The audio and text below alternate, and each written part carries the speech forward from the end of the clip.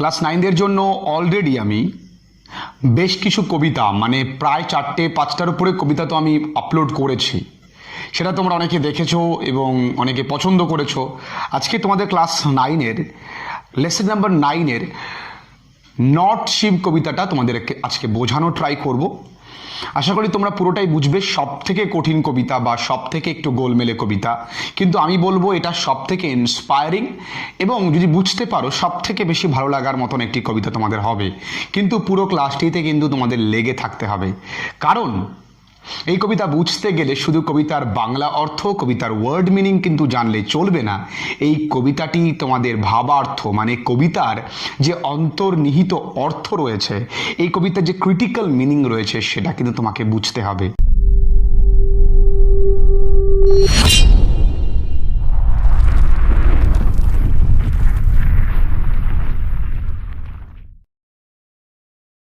তো কবিতাটা খুব মন দিয়ে তোমরা শুনবে।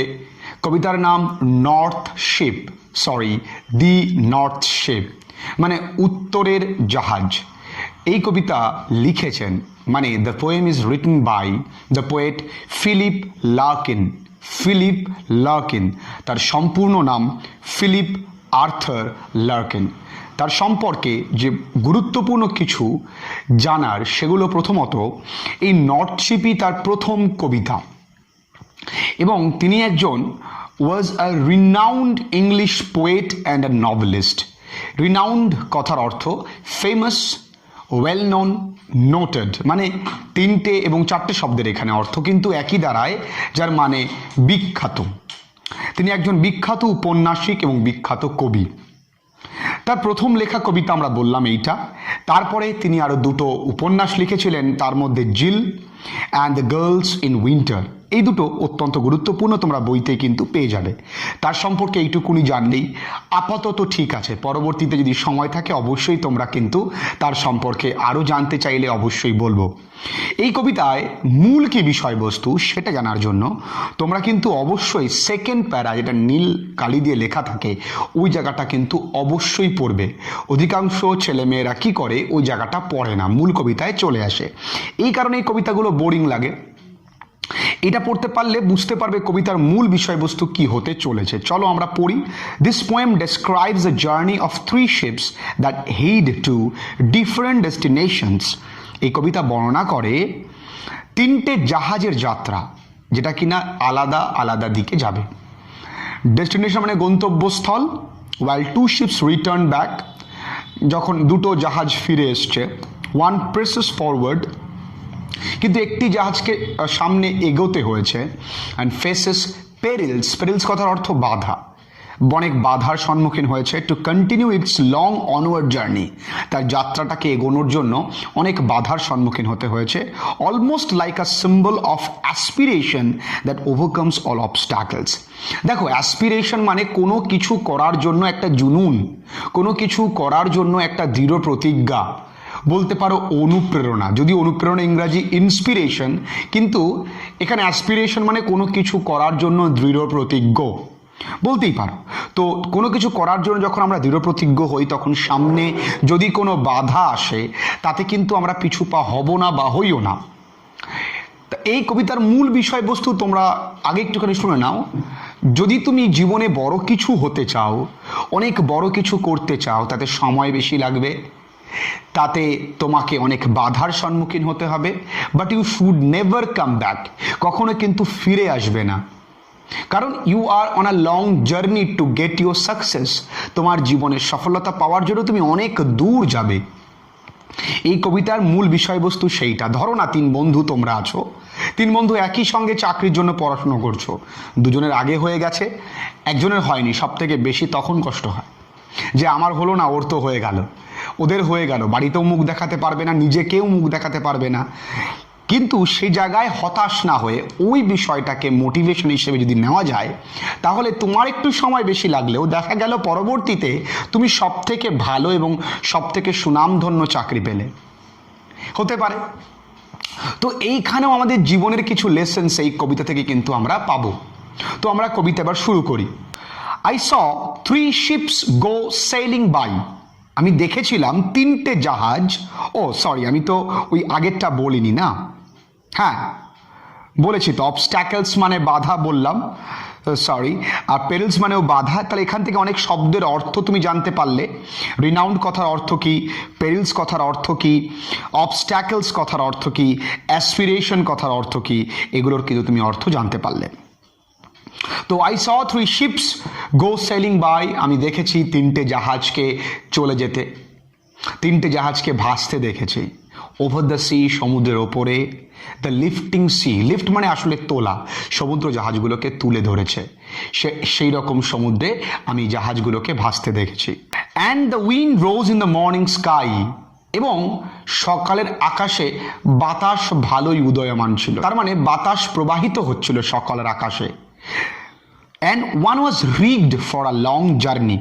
রিগড কথার অর্থ দেখো পেছনে পেজে লেখা রয়েছে, to equip a boat or ship for a long journey, একটা জাহাজ অথবা নৌকাকে অনেক দূরে যাবার জন্য সাজানো, তার মানে একটা জাহাজকে অনেক দূরে যাবার জন্য সাজানো হয়েছে। The first ship turned toward the west, প্রথম জাহাজটা পশ্চিম দিকে রওনা দিয়েছে। Over the sea, the running sea, সমুদ্র চলমান, সেই চলমান সমুদ্রের ওপরে। By the wind was all possessed and carried to a rich country. দেখো জাহাজ চলতে গেলে দরকার হয় বাতাসের, তাহলে সমস্ত বাতাস ওই জাহাজটা নিজের করে নিয়েছে। পজেস মানে নিজের অধীনে নেওয়া, এবং বাতাস যখন আমি নিজের আয়ত্তে নিয়ে আসতে পারবো তখন জাহাজটা খুব তাড়াতাড়ি একটা বিত্তশালী মানে একটা বড়লোক ধনী দেশে কিন্তু জাহাজটা পৌঁছে গেছে। জাহাজ কেন যায়? জাহাজ যায় ব্যবসা করতে। তো ব্যবসা করার জন্য নিশ্চয়ই আমরা ধনী দেশে যাব, গরিব দেশে আমরা যাব না। তো সেই কারণে প্রথম জাহাজটা কিন্তু তার গন্তব্যে পৌঁছে গেল। The second turn toward the east, দ্বিতীয়টা কোন দিক যাবে? পূর্ব দিকে। Over the sea, the quaking sea, quaking কথার অর্থ স্টিয়ারিং, গাড়ির যেটা ওটা স্টিয়ারিং বলে না, ওটাকে বলে স্টিয়ারিং, মানে কম্পমান। ওকে, কম্পমান সমুদ্রের ওপরে। কম্পমান কেন? যখন যদি সমুদ্রে প্রচুর পরিমাণে ঢেউ ওঠে তাহলে সমুদ্রের ওই জাহাজটা কিন্তু কাঁপবে, সেই কারণে কম্পমান বলা হয়েছে। And the wind haunted it like a beast, এবং বাতাস এটাকে তাড়া করছে কিসের মতন? একটি বন্য পশুর মতন। যদি বন্য পশু তোমাকে তাড়া করে ঊর্ধ্বশ্বাসে প্রবল গতিতে, সেরকম প্রবল গতিতে বাতাস বইছে। এর ফলে জাহাজ কিন্তু আর বেশি দূর এগোতে পারবে না, বাধ্য হয়েছে কি করতে? টু অ্যাঙ্কর ইন ক্যাপটিভিটি, জাহাজ নোঙর করতে বাধ্য হলো। অ্যাঙ্কর মানে নোঙর করা, ক্যাপটিভিটি মানে ইমপ্রিজনমেন্ট, বন্ধন। জাহাজটা ডাঙায় গিয়ে একটা জায়গায় নোঙর করতে বাধ্য হয়েছে। তো এইভাবে কবিতা একটু বোঝা ট্রাই করো, ঠিক আছে? এখানে তোমরা ট্রাই করবে ইংলিশ টু ইংলিশ মানেটা জানার।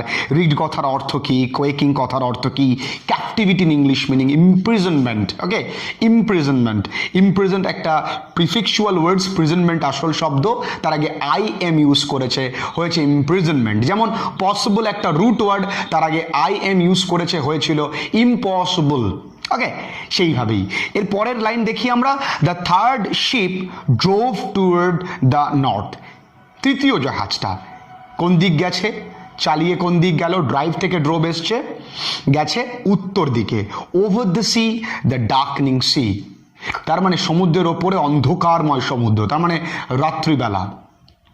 But no breath of wind came forth, কোনো বাতাস কিন্তু, নিঃশ্বাস প্রমাণ বাতাসও কিন্তু আসে না। মানে দীর্ঘ নিঃশ্বাস, আমরা যদি নিঃশ্বাস প্রশ্বাস নিই তাহলে আমরা যতটুকু বাতাস বের করি বা গ্রহণ করি সেই পরিমাণ বাতাসও কিন্তু নেই, কোনো বাতাস নেই। জাহাজটাকে কোনো রকমভাবে হেল্প করছে না। জীবনে এরকম বিপদ আসতেই পারে, তোমাকে হেল্প করার মতন তুমি কখনো কাউকে নাও পেতে পারো। তোমাকে হেল্প করবে, দেখবে সবাই তোমাকে হেল্প করবে। যদি তোমার ডিটারমিনেশন ঠিক থাকে যে yes I will do something for my family, I will do something to make me a great man, make me a successful man, তাহলে দেখবে ঈশ্বরও তোমাকে হেল্প করতে এগিয়ে আসবে। তো এখানে কোনো বাতাস নেই। বাকি দুটোর ক্ষেত্রে, একটার ক্ষেত্রে সঠিক ঠাক ছিল আর আরেকটার ক্ষেত্রে প্রবল বাতাস ছিল। অ্যান্ড দ্য ডেক্স শোন ফ্রস্টলি, ডেক্স মানে পাটাতন, জাহাজে যে পাটাতন আছে সেই পাটাতনগুলো তুষার আবৃত হয়ে গেছে। ফ্রোস্ট কথার অর্থ এখানে তুষার, তুষার আবৃত মানে বরফ পড়েছে এবং শোন ঝলমল করছে, চাঁদের আলোয় সেগুলো ঝলমল করছে।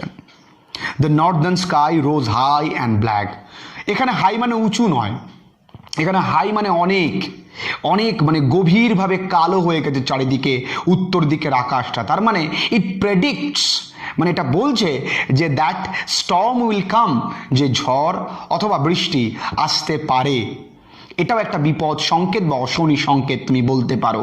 এই নর্থ স্কাই যেটা অনেক দূর যাবার জন্য বাড়ি থেকে রওনা হয়েছে, সেটা কিন্তু যাত্রাপথে এই বিপদগুলোর সম্মুখীন হচ্ছে, তবুও কিন্তু সে well determined. Over the proud unfruitful sea, এখানে দেখো দুটো অ্যাডজেক্টিভ ইউজ করেছে। প্রথম প্রাউড, সমুদ্রটা গর্বিত যে আমি কাউকে যেতে দেব না, একটা নিজের পাওয়ারের উপর গর্ব আছে। আর আনফ্রুটফুল, অলাভজনক, কোনো লাভ হয় না। এই সমুদ্রের উপর দিয়ে গেলে কেউ কখনো লাভ করতে পারেনি, বরঞ্চ তার ক্ষতি হয়েছে। অনেক সময় হয় তুমি খুব পরিশ্রম করছো কিন্তু সেই পরিশ্রমের ফল পাচ্ছ না, তার মানে তুমি মনে করো না যে তুমি আনফ্রুটফুল করছো। সমস্ত কিছু থেকে তুমি কোনো না কোনোভাবে কিন্তু শিখতে পারছো। কখনো কখনো তুমি সফল হও, কখনো কখনো তুমি বিফল হও, কিন্তু প্রতিবারই তুমি কিছু না কিছু শেখো।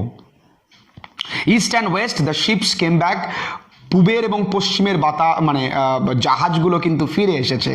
হ্যাপিলি অর আনহ্যাপিলি, কেউ কেউ আনন্দ করতে করতে ব্যবসা ভালো হয়েছে, কেউ কেউ দুঃখ পেয়েছে যে ব্যবসা ভালো হয়নি, কিন্তু এসছে ওরা।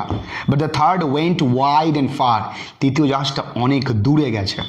ইন্টু অ্যান আনফরগিভিং সি, এমন এক সমুদ্রের মধ্যে গেছে যে সমুদ্র তাকে কোনোদিন ক্ষমা করবে না, কারণ প্রকৃতি কাউকে ক্ষমা করে না, সমুদ্র কাউকে ক্ষমা করে না। যদি ওর ধ্বংসলীলা একবার শুরু হয়ে যায় সে কিন্তু থামবে না। Under a fire spilling star, fire spilling star মানে দেখো, ফায়ার স্পিলিং মানে আগুন ঘূর্ণায়মান, স্টার কথার অর্থ হচ্ছে তারা, মানে দূরের ওই তারাগুলো যেন মনে হচ্ছে অগ্নিশিখা, মানে বিপদ, তার মধ্যে দিয়েও সে গেছে। And it was rigged for a long journey, কারণ এটা তো বহু দূর যাবার জন্য আগে থেকেই প্রস্তুত হয়ে আছে। তাতে কি হয়েছে? বিপদ আসছে, জীবনে বিপদ আসবে, বিপদকে অতিক্রম করে আমি সামনে এগিয়ে যাব।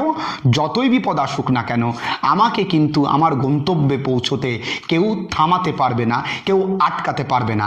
এটাই আমার জীবনের উদ্দেশ্য, এটাই এই কবিতার মূল বিষয়বস্তু। যদি তোমরা বুঝে থাকো, যদি তোমাদের ভালো লেগে থাকে, আশা করি তোমাদের প্রত্যেকের ভালো লাগবে। এবং তোমরা মনে রেখো আজকের থেকে যে তোমরা অবশ্যই ওয়েল ডিটারমাইন্ড হও। যারা যারা ভিডিওটা দেখছো, নিজের একটা গোল সেট করো যে তুমি আসলে আলটিমেট কোন জায়গায় আগামী 10 বছর, আগামী 5 বছর পরে তোমাকে দেখতে চাও, সেই জায়গাটা আগে সেট করো, তারপরে সেই অ্যাকর্ডিংয়ে তুমি কাজ করো। এবং দেখবে অনেক বাধা বিপত্তি আসছে, যত বেশি বাধা আসবে তত বেশি তুমি এডুকেটেড হবে, তত বেশি তুমি স্ট্রং হবে। So never fear for any obstacles, কখনো কোনো বাধায় ভয় পেও না, সামনে এগিয়ে চলো। সো এই ছিল এই কবিতাটা। যদি তোমাদের ভালো লেগে থাকে অবশ্যই এটি লাইকস করো, কারণ এটা আমার মনোবল বাড়াবে এবং তোমাদের জন্য পরিশ্রম করতে সাহায্য করবে। এবং যদি তোমাদের ভিডিওটা মনে হয় শেয়ার করে বন্ধুদের সাথে, অবশ্যই শেয়ার করতে পারো। কোনো প্রশ্ন থাকলে নিচে আমাকে কমেন্ট করবে, আর অবশ্যই কমেন্ট করে জানাও যে তোমাদের কবিতাটা কেমন লাগলো। প্রত্যেকেই অনুরোধ করছি তুমি কিন্তু কমেন্ট করতে ভুলো না। আবারও বলছি, যারা যারা চ্যানেল সাবস্ক্রাইব করেছো অলরেডি, তোমাদের সকলকে from the bottom of my heart thank you জানাই। এবং যারা করোনি তারা অবশ্যই সাবস্ক্রাইব করো এবং পাশে থাকা বেল আইকনটা হিট করো, যাতে করে তুমি আমার নতুন ভিডিওর আপডেটস একটাও মিস না করতে পারো। কারণ আমরা কিন্তু ইংরেজি গোড়া থেকে শুরু করেছি, মানে ভিত স্ট্রং করার পর্ব থেকে শুরু করেছি। গত ভিডিওতে আমরা নাউন সম্পর্কে দিয়েছিলাম, টেন্সের প্রচুর ভিডিও দিয়েছি। চেষ্টা করছি অনেক লোকের সঙ্গে কানেক্টেড হওয়ার, তার জন্য আমরা হোয়াটসঅ্যাপ গ্রুপ, ফেসবুক গ্রুপ এবং তোমাদের প্রত্যেক ছেলে মেয়েদের সেফটির জন্য টেলিগ্রাম গ্রুপও কিন্তু আমরা করেছি। তোমরা সেখানে অ্যাড হতে পারো, তার লিঙ্ক ডেসক্রিপশন বক্সে দেওয়া থাকবে, তোমরা অবশ্যই গিয়ে সেখানে অ্যাড হয়ে যাও। এতক্ষণ আমার সঙ্গে ধৈর্য ধরে ক্লাস করার জন্য তোমাদের প্রত্যেককে অসংখ্য অসংখ্য ধন্যবাদ। সবাই খুব ভালো থেকো।